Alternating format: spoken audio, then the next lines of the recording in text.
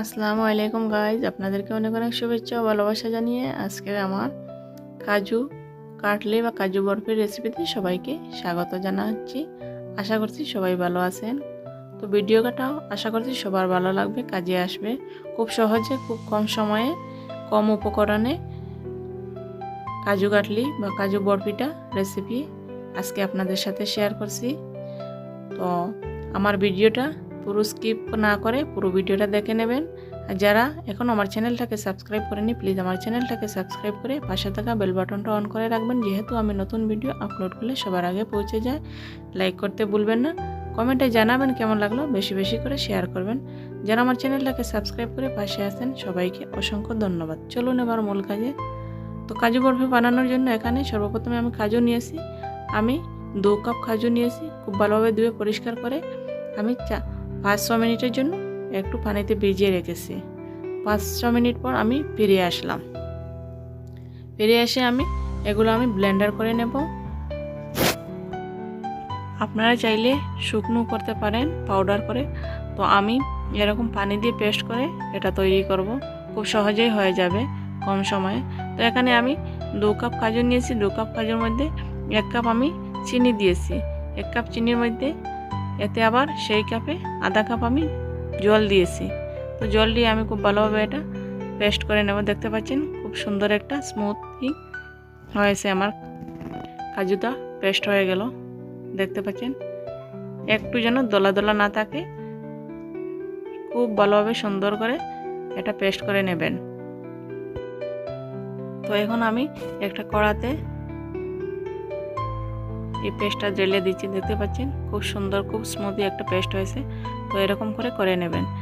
তো এখন আমি একটা কড়াইতে ঢেলে দিয়ে এটা আমি বুনতে থাকবো। চুলার আঁচ মিডিয়ামে রেখে, প্রথমে মিডিয়ামে রাখবেন, তারপরে লো করে দেবেন। খুব ভালোভাবে 25 থেকে 30 মিনিট এটা বুনতেই থাকবেন। এটার কাজ এটাই, অন্য কোনো কিছুই নেই। এটাতে অন্য কোনো সময় লাগবে না, অন্য কোনো কিছুই লাগবে না। খুবই মজাদার, খুবই সুন্দর, হেলদি এই একটা কাজু কাটলি বা কাজু বরফির রেসিপি। খুব সহজেই আপনারা বাড়িতে বানিয়ে খেতে পারেন, অতিথি আপ্যায়ন করতে পারেন।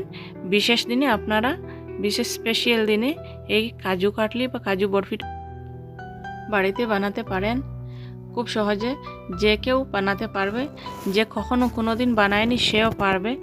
দেখতে পাচ্ছেন শুধু এই হাতটা নাড়তেই হবে, হাতটা বন্ধ করবেন না। চুলার আঁচ সাবধানে রাখবেন, চুলার আঁচ একদম মিডিয়ামে বা লোতে রাখবেন। লোতে রেখে এরকম শুধু বুনতেই থাকবেন।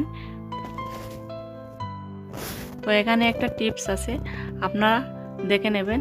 অনেক সময় আমরা ছোট ছোট অনেক কাজের জন্য, অনেক বড় বড় কাজ থেকে আমরা দূরে থাকি, আমাদের অলসতা এসে যায়। তো এখানে আমি 2 টেবিল চামচ চিনিতে 2টা এলাচি দিয়ে এলাচি পাউডার বানিয়েছি। তো আমার এলাচি পাউডার ছিল না। তো আপনারা চাইলে এলাচি পাউডার যদি না থাকে তো একটু চিনি দিয়ে, আর চিনির সাথে 3-4টা অনুমান করে এলাচি দিয়ে এলাচি পাউডারটা করে নেবেন। যেহেতু এটাতে মিঠা অ্যাড করতে হচ্ছে, তো সুগারের সাথে চিনির সাথে দিয়ে দেবেন। 3-4টা এলাচি পাউডার হয়ে যাবে। আর শুধু 3-4টা এলাচি তো পাউডার হবে না, তো তার জন্য আমি চিনির সাথে এলাচি দিয়েছি, দিয়ে পাউডার করে একটু ছেনে নিয়ে আমি এলাচি পাউডার এখানে ব্যবহার করেছি। আপনাদের কাছে যদি আলাদা থাকে তো আলাদা দিয়ে দেবেন, আর যদি না থাকে এরকম ব্যবহার করবেন, ঠিক আছে। তো এখানে আমি এখন দিয়ে দিলাম 2 টেবিল চামচ ঘি। অবশ্যই ঘিটা ব্যবহার করবেন। তো ঘিটা দিয়ে আমি খুব ভালোভাবে নেড়ে ছেড়ে মিশিয়ে নিচ্ছি। হাতটা বুনতেই থাকবেন, হাতটা বন্ধ করবেন না। দেখতে পাচ্ছেন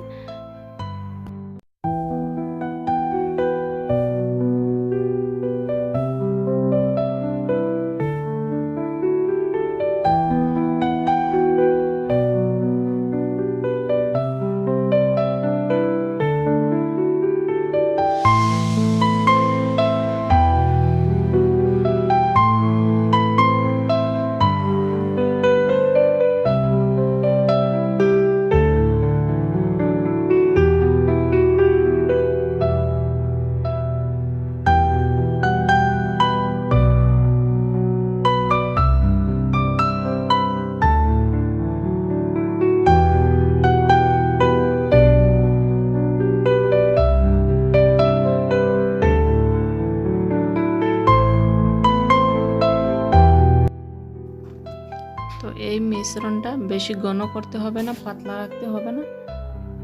এরকম নেড়ে চেড়ে যখন এরকম পর্যায়ে আসবে তো তখন চুলার আঁচটা বন্ধ করে দিতে পারেন। চুলার আঁচটা বন্ধ করে দিয়ে একটা এরকম নেড়ে চেড়ে আবার 3-4 মিনিট এই মিশ্রণটা একটু ঠান্ডা করে নিয়ে নেবেন। তো এখানে একটা টিপস আছে, দেখতে পাচ্ছেন একটু পানিতে একটু মিশ্রণ আমি দিয়েছি, এই পানির তলায় বসে গেছে এই মিশ্রণটা, দেখতে পাচ্ছেন একদম বলের মতো হয়ে বসে গেছে। তো এরকম পর্যায়ে হয়ে গেলে আপনি বুঝতে পারবেন যে আপনার মিশ্রণটা কাজু কাটলির যে মিশ্রণ সেটা পারফেক্টলি বনেছে।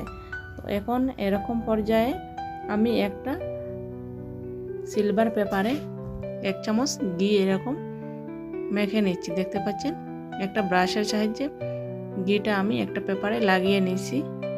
তো এখন আমার মিশ্রণটা ঠান্ডা হয়ে গেল।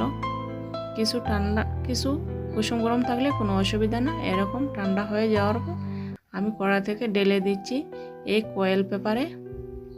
দেখতে পাচ্ছেন আমি পেপারে ঢেলে দিয়েছি, ঘি মাখানো পেপারে ঢেলে দিয়ে এখন আমি এটাকে এরকম একটু এদিক থেকে ওদিকে যেরকমভাবে আমি করছি চেপে চেপে কিছুক্ষণ আমি এটা নিয়ে নেব। দেখতে পাচ্ছেন আমি যেরকমভাবে করছি সেরকমভাবে করে নেবেন। তো এই মিশ্রণটা সাধারণত আমরা যে রুটি বা পরোটার জন্য আটা লাগাই, তো আটার যে পর্যায়ে যে আটা মাখানো হয় সে পর্যায়ে যদি থাকে তাহলে আর কোনো কিছু করতে হবে না। যদি আপনাদের একটু না হয় তাহলে একটু ফ্যানের তলায় বা ফ্রিজে রেখে দিতে পারেন, বসে যাবে, ঠিক আছে। আমার কিন্তু ঠিকঠাক আমার ঠান্ডা হয়ে যাওয়ার পর এরকম বসে গিয়েছে, তার জন্য আমার আর ফ্রিজে রাখতে হয়নি। আপনারা চাইলে ফ্রিজে রাখতে পারেন বা ফ্যানের তলায় রেখে দিলেও বসে যাবে। তো আমি এখন একটা বেলনার দ্বারা এটা বেলে নিচ্ছি। দেখতে পাচ্ছেন আমি এরকম করে একটু ধীরে ধীরে লম্বা করে এটা বেলে নিচ্ছি।